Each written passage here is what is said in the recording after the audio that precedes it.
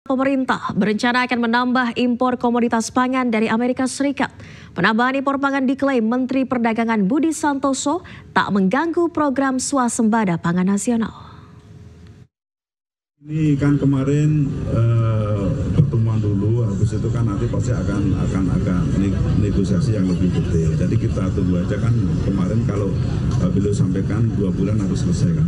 Jadi kita tunggu aja kan, kita belum tahu negosiasinya kan belum berjalan ya. Tapi udah ada pembahasan soal komoditas apa aja Pak yang buat ditambah impor? Ya masih.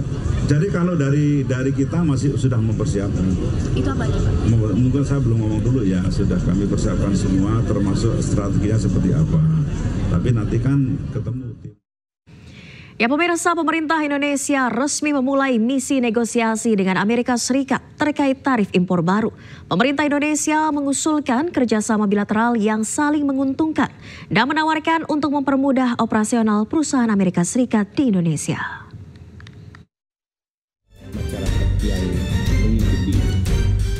Dalam konferensi pers virtual, Menko Perekonomian Erlangga Hartarto menyampaikan bahwa Indonesia menjadi salah satu negara yang diterima lebih awal untuk memulai proses negosiasi dengan target perjanjian dagang dalam 60 hari ke depan. Sejumlah pertemuan penting telah dilakukan delegasi Indonesia. Dalam pembahasan awal, Indonesia mengusulkan kerjasama bilateral yang saling menguntungkan dengan pemerintah RI.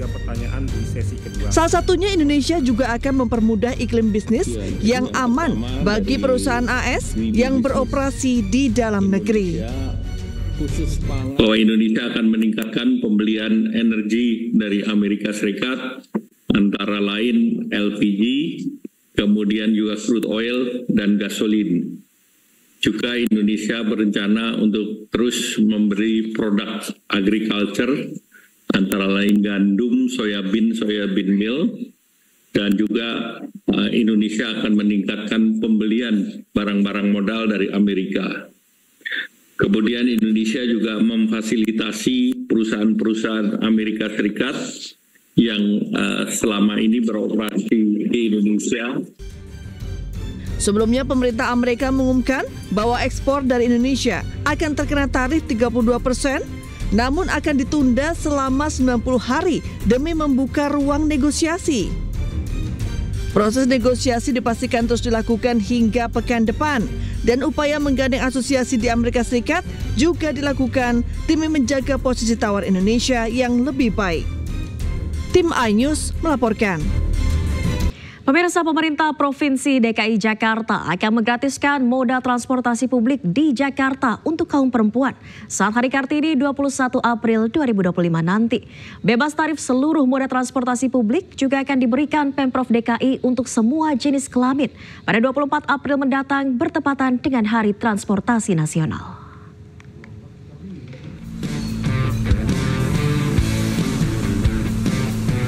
Kabar gembira bagi Anda warga Jakarta dan sekitarnya yang berjenis kelamin perempuan.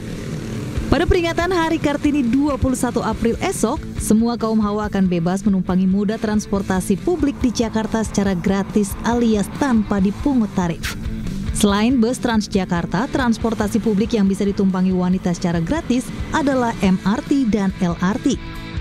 Sementara pada Hari Transportasi Nasional 24 April mendatang, Pemprov juga akan kembali menggratiskan moda transportasi massal sekaligus peluncuran trayek baru Trans Jabodetabek rute Blok M Alam Sutra Tangerang. Kami akan menggratiskan seluruh trayek, termasuk MRT, LRT, Transjakarta, bagi siapapun mau laki mau perempuan gratis. Pramono meminta para penumpang agar tertib saat menumpangi moda transportasi publik, baik selama di halte atau stasiun hingga ke dalam rangkaian. Dari Jakarta, Rani Sanjaya, iNews melaporkan. Terima kasih Anda masih di iNewsroom. Pemirsa, ribuan warga Kota Tangerang menggelar aksi solidaritas bela Palestina di kawasan pusat pemerintahan Kota Tangerang. Selain berdonasi, teatrikal juga mewarnai aksi solidaritas kali ini. Pagi hari ini membuktikan bahwa kita semua berada di pihak Aksi teatrikal yang dilakukan sejumlah seniman menjadi salah satu rangkaian acara dalam aksi Peduli Palestina yang digelar ribuan warga di kawasan pusat pemerintahan Kota Tangerang, Banten, Minggu pagi. Teatrikal digelar dengan menggunakan ornamen keranda dan boneka menyerupai jenazah sebagai simbol penderitaan warga Palestina yang menjadi korban keganasan militer Israel.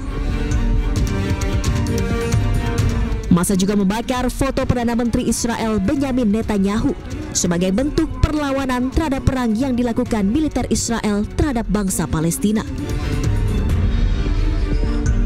Saya hadir di sini bersama-sama seluruh masyarakat bergabung bersama-sama dalam rangka aksi membela Palestina, kemerdekaan Palestina dan untuk kemanusiaan. Doa yang tidak pernah terputus dan juga galangan-galangan dana untuk dapat mensupport seluruh perjuangan mujahid dan mujahidah yang berangkat ke Palestina. Meski aksi solidaritas ini melibatkan ribuan warga, namun acara berjalan kondusif tanpa pengamanan ketat dari aparat kepolisian. Dari Tangerang, Banten, Sukron, iNews melaporkan. Ya, selain di Tangerang, Banten, pemirsa, aksi bela Palestina juga digelar massa di Jakarta dan Bandung. Massa mengecam genosida yang dilakukan Israel dan menuntut kemerdekaan bangsa Palestina. Kita sebagai manusia, saya kata abang, yang Allah izinkan masih bisa berada di sini. Allah pilih untuk istiqomah. Massa dari berbagai ormas dan daerah kembali menggelar aksi bela Palestina di depan gedung Kedutaan Besar Amerika Serikat di kawasan Gambir, Jakarta Pusat, Minggu pagi. Sambil membawa atribut berupa bendera Palestina, massa berjalan kaki menuju area Balai Kota Jakarta dan berorasi untuk kemerdekaan Palestina. Massa mendesak Israel agar segera menghentikan serangannya di Gaza dan menuntut kemerdekaan bagi bangsa Palestina. Personel kepolisian diterjunkan untuk mengamankan jalannya aksi agar tetap berjalan kondusif.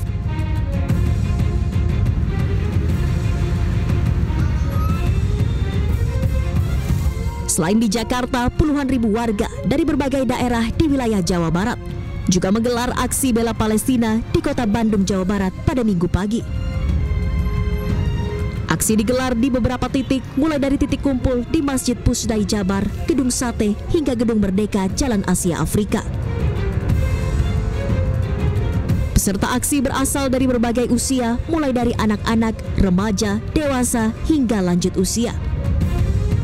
Mereka membawa sejumlah atribut seperti bendera Palestina serta beberapa unit mobil yang digunakan untuk memandu massa aksi. Aksi solidaritas diiringi dengan menyanyikan lagu untuk membela Palestina, serta aksi teatrikal sebagai simbol kekejaman Israel. Aksi solidaritas berjalan kondusif dengan pengawalan dari aparat kepolisian. Tim Liputan iNews melaporkan.